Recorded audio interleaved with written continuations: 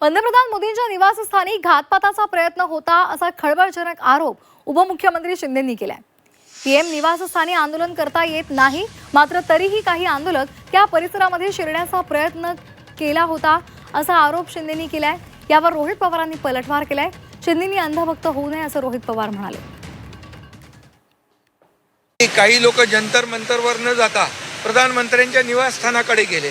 अरे, प्रधानमंत्र्यांचं निवासस्थान हाय सिक्युरिटी झोन असतो आणि त्या ठिकाणी जेव्हा स्वर्गीय प्रधानमंत्री इंदिरा गांधी यांची हत्या झाली त्यावेळी SPGचा कायदा केला आणि त्यावेळेस प्रधानमंत्री निवासाच्या परिसरामध्ये कुठलेही आंदोलन करता येत नाही ही माहिती या देशाचे विरोधी पक्ष नेते राहुल गांधी यांना असताना सुद्धा जाणीवपूर्वक तिथं आंदोलन करणं, हजारो लाखो लोकांना तिकडे बोलवणं, याचा अर्थ काय?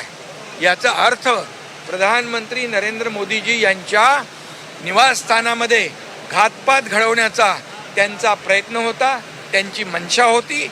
आणि ते नेहमी म्हणतात की बांगलादेश, नेहमी म्हणतात नेपाळ, ते नेहमी म्हणतात श्रीलंका, अशा प्रकारचं अराजकता देशामध्ये पसरवून या ठिकाणी देशामध्ये हे जे अराजकता पसरवणं हा त्यांचा उद्देश होता। हे खऱ्या अर्थाने निंदनीय आहे।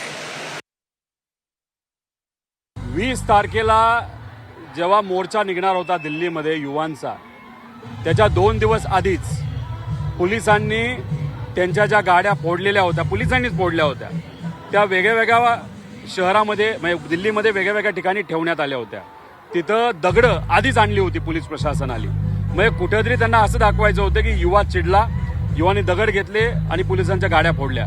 पण हा प्लॅन युवांनी फेल ठरवला, कारण की युवांनी आधीच व्हिडिओ काढले आणि लोकांत दाखवले बघा हे काय प्लॅन करतात। त्यामुळे एकनाथ शिंदे साहेबांनी मला काय सांगितलं बोललं नाही।